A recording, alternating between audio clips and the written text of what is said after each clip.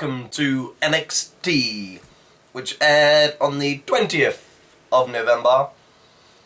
Show kicks off, Bayley vs Becky Lynch. Unfortunately, this is just a short match, but it's to build up for future things. Sasha Banks distracts the ref. Becky Lynch guillotines Bayley and rolls her up for a pin. They mock Bayley, but then the champ, Charlotte Flair, comes down.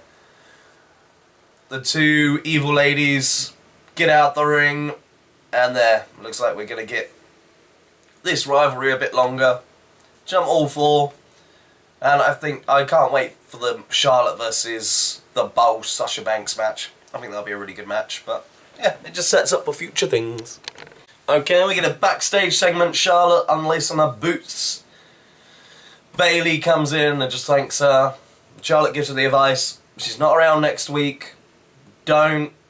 Sasha is evil and sadistic, and she's got a partner.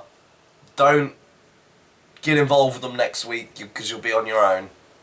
And then Bayley gives her a hug. Oh, I love Bayley. And then we get a tag team match. The number one contenders, the Vaudevillains versus the mini Lucha Dragons. Basically, two midgets in masks. And yeah, they get beaten up. Put on the shoulders, squatted with, spun around, slammed, neckbreaker, pinned. Basically, again, like last week, just had the best matches all for show through. This is just sort of a bit of filler. This is getting our sort of storylines just carried on a bit, making our way to the pay-per-view. You can't put on a show like last week every week, I understand that, but you still want to see really good wrestling. So again, another really short match. That was just sending a message to the tag team champions. So maybe the next match can be a longer one, that would be nice. And it would be nice if I hit the button. Not going to be giving this show the higher praise I did last week. We get a little, actually, trailer for, I believe it's Kevin Steen coming in. I don't know what his name's going to be in NXT, but can't wait to see him. Phenomenal wrestler. Baron, the guy, like Ryback, I don't see great things from. But he's got a cool entrance. And the crowd make him the crowd of this cool gimmick now that they count along. And he beats whoever this dude he fought was in 22 seconds. Crowd count all the way up till he gets the pinfall. Then as he walks off, I wish there was a bit more of a stare down, because then Bull Dempsey literally just comes straight down. They should have stopped and stared at each other on the stage, then passed, not just walked past and ignored each other. Bull gets in the ring, the crowd again, amazing, start counting. And when it gets to 22, there's lots of boos, and then Baron's better chance. If they can keep this up for a few weeks, this will be quite entertaining. Have them trying to, like, Bull Dempsey trying to catch up to the Baron in his times and matches. But yeah, again, it's a squash. Bull Dempsey does win. But yeah, Baron's better chance, so hopefully they'll see what they get when these two guys collide, if they can put on a good match. At the moment, I'm not overly anticipating this, but the crowd, you make it. Well done, crowd. Okay, this is the 5th match on an hour show. Tyson Kidd versus CJ Parker. Again, it's a squash match. Tyson Kidd winning with a sharpshooter, as he should. But this builds up to the promo afterwards, that's the important thing, where he challenges Finn Balor. This I cannot wait for! Tyson Kidd versus Finn Balor. Yes, yes, yes. This show's not going to be the best one ever, but it is setting up for things I really, really want to see. After that, we get Enzo and Kaz in the back with Carmilla, and it's a pointless promo. It's going to be a match. Man, there's going to be a lot of videos on this episode. Okay. Big Kaz versus the Mechanics, and they win. Again, really short match. Bam. But then after the match, that's where the story is. The Ascension attack them, get in the ring, attack the Mechanics who are beaten, hit the Fallen Man, crowd chant 10 more times. Unfortunately, they don't do that.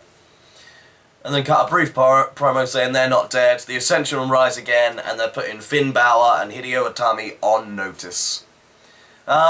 Sort of hoping the Ascension are going to be moving on to the main roster now. But fine, but it's So, Finn Balor's a popular man. He's had a singles request and a tag request. I assume we're not getting both of those next show. But, sets up for the future. Sami Zayn is in Regal's office. Really needs to talk. Then, after the break, they are in the ring. Sami looking really disheartened, broken. Crowd so behind him though. He thought he knew what it took to be. Thought he had what it took to be a champion. Show a video package of the match from last week. Doesn't blame Adrian Neville. It needs to say some stuff to him. Comes out. Basically, the point is, if he can't beat Adrian Neville, he doesn't deserve to be in there. Regal comes out and says, fine. At Evolution, NXT TakeOver Evolution, which is on the 11th of December, I believe, thereabouts.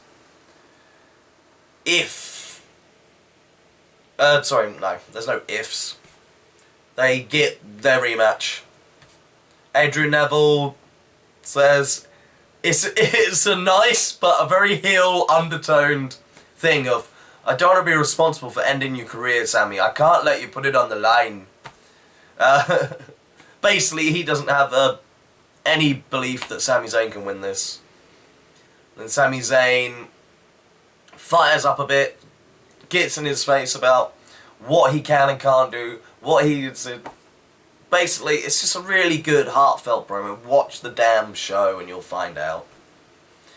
Sami Zayn says it doesn't matter if it's in the contract or not. If he can't beat him, he doesn't deserve to be here. So yeah, this is going to be one hell of a match. Overall, this show was not a good one. Every segment was just setting up to something in the future, which is fine. I just wish they could have taken 1 or 2 matches from last week, put them on this week, and put half of, probably about 6 matches from this week on last week.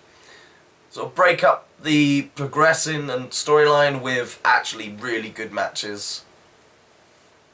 But you get this, and frankly, the worst NXT shows still at the moment better than most Raw shows. Because it's only an hour, and they managed, even though there weren't any really amazing matches, they managed to fit in so many storyline setups and so many different people that it's still quite an entertaining show. Let me know your thoughts and opinions below or on my Facebook page, and until next time, TTF! I forgot the like and subscribe bit. And